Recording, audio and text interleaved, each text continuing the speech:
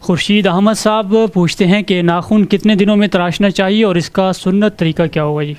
دیکھیں، ناخن کاٹنے کی نہ تو کوئی حدیث میں مدت بتائی گئی ہے، انتہائی مدت تو بتائی گئی ہے کہ 40 دن سے زیادہ دن نہیں گزرنے چاہیے، لیکن اس کی کم سے کم کوئی مقدار مدت کے اعتبار سے متعین نہیں کی گئی۔ اسی طرح ناخن کاٹنے کا کوئی طریقہ بھی حدیث میں منقول نہیں ہے، لہٰذا آپ جس طریقے سے بھی کاٹیں یہ مباح ہے، لیکن یہ کہ چونکہ آپ صلی اللہ علیہ وسلم اس طرح کے تمام کاموں میں دوسری روایات کی روشنی میں وہ دائیں سے ابتدا کرتے تھے، جیسے کنگھی کے بارے میں آتا ہے، تو وہ اس لیے دائیں سے ابتدا کرنی چاہیے۔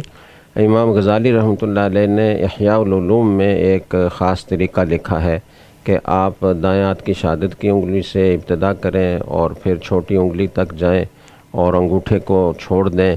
اور اس کی چھوٹی انگلی سے ابتدا کریں، پورے 5 کاٹنے کے بعد پھر اس انگوٹھے سے ابتدا کریں۔ اس کے لیے انہوں نے ایک روایت نقل کی ہے، لیکن دوسرے محققین جیسے حافظ ابن حجر ہیں، علامہ سیوطی ہیں، دوسرے اہل علم ہیں، انہوں نے اس کا انکار کیا ہے کہ ایسی کوئی روایت نہیں ہے اور یہ بے اصل بات ہے۔ تو اس لیے جیسے آپ کو سہولت ہو ویسے کاٹ لیں، اور ناخن اتنے بڑے نہ ہونے دیں کہ اس میں کھانے کے ذرات اور میل جمع ہو، دیکھنے والوں کو برا لگے، اور وہی ذرات پھر کھانے میں ساتھ شامل ہو کر منہ میں جائیں اور بیماریوں کا ذریعہ بنے،